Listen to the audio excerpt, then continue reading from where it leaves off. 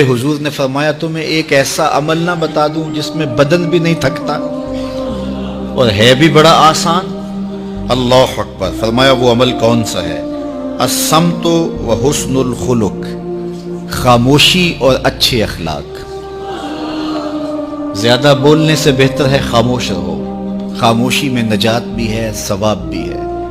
زیادہ بولنے والا جھوٹ بھی بول لیتا ہے، زیادہ بولنے والا گالی گلوچ اور سب و شتم پر بھی اتر آتا ہے، زیادہ بولنے والا کسی کی پگڑی بھی اچھال دیتا ہے، زیادہ بولنے والا غیبت بھی کر لیتا ہے، زیادہ بولنے والا ایسا مزاح کر دیتا ہے جس سے کسی کو تکلیف پہنچے۔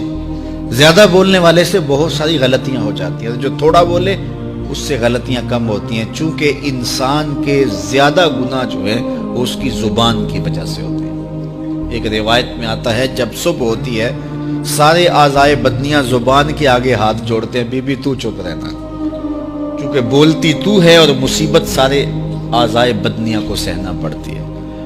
تو یہ زبان جو ہے اس کی وجہ سے زیادہ گناہ ہوتے ہیں، یا زبان کی وجہ سے، یا انسان کی عصمت کا جوہر جب لٹتا ہے تو پھر اس کے پلے کچھ نہیں رہتا۔ اس لیے میرے حضور نے ارشاد فرمایا جو تمہاری دو ٹانگوں کے درمیان اور جو دو جبڑوں کے درمیان زبان، ان دونوں کی مجھے تم ضمانت دے دو، میں محمد تمہیں جنت کی ضمانت دے دیتا ہوں۔ تو فرمایا کہ میں تمہیں ایسا عمل نہ بتا دوں کہ جو بہت ہی آسان ہے، اور وہ کیا ہے؟ الصمت، خاموشی، وحسن الخلق، اور دوسری بات اچھے اخلاق، رویوں کی خوبصورتی۔ کسی سے ملو تو ہنس کے ملو، کسی سے بات کرو تو لہجے میں نرمی ہو، کسی کی عزت آبرو کا خیال رکھو، بڑے کا احترام کرو، چھوٹے پر شفقت کرو، مخلوق خدا پر رحم کرو، اللہ کی مخلوق پر شفقت سے پیش آؤ، رسول کریم کی امت پر رحم کرو۔ تو یہ ایسا عمل ہے جس پر کوئی مول بھی نہیں لگتا، قیمت بھی نہیں لگتی، بدن بھی نہیں تھکتا، لیکن نامہ اعمال نیکیوں سے بھر جاتا ہے۔ قیامت کے دن نامہ اعمال پر سب سے وزنی جو عمل ہوگا وہ حسن خلق ہوگا۔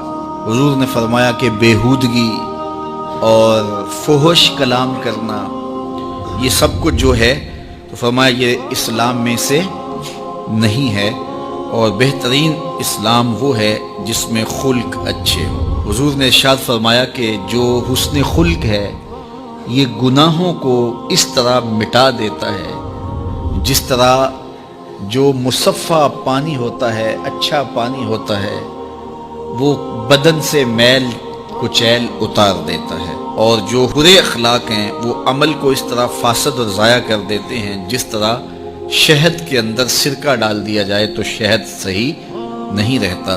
تو عمل اچھے ہیں لیکن بدخلقی ان اعمال کی بربادی کا سبب اور ذریعہ بن جاتی ہے۔